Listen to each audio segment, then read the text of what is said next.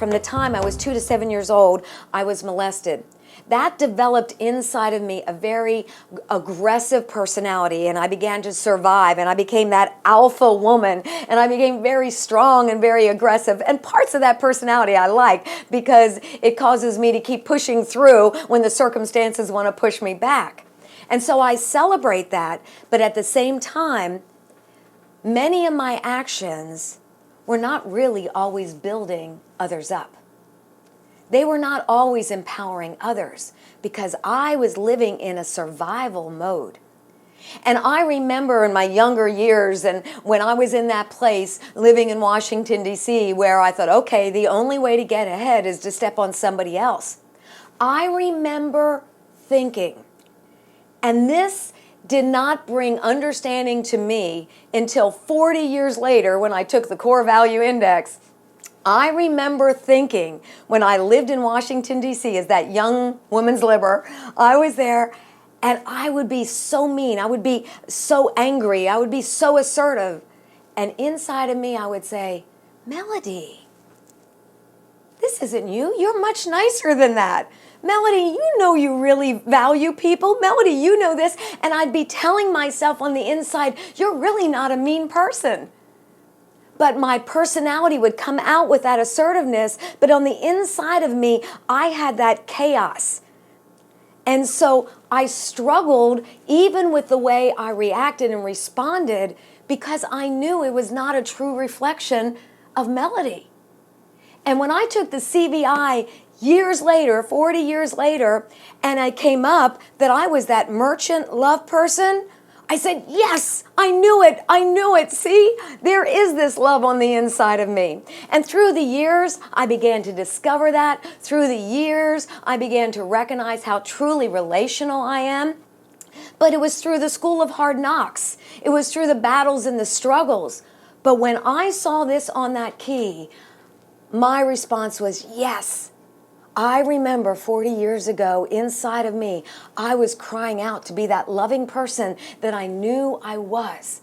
But because of all the fear that surrounded me, I actually was responding opposite because of fear to who I really was. So do you see, even though I was climbing the corporate ladder, internally, I was not successful. Internally, I was tormented.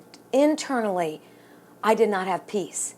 Internally, I always felt that I would be victimized by someone or something. So when you look at your core value index, just by knowing you are a merchant or a builder or an innovator or a banker is going to begin to give you a validation or a permission to be what I believe you already instinctively knew was on the inside of you.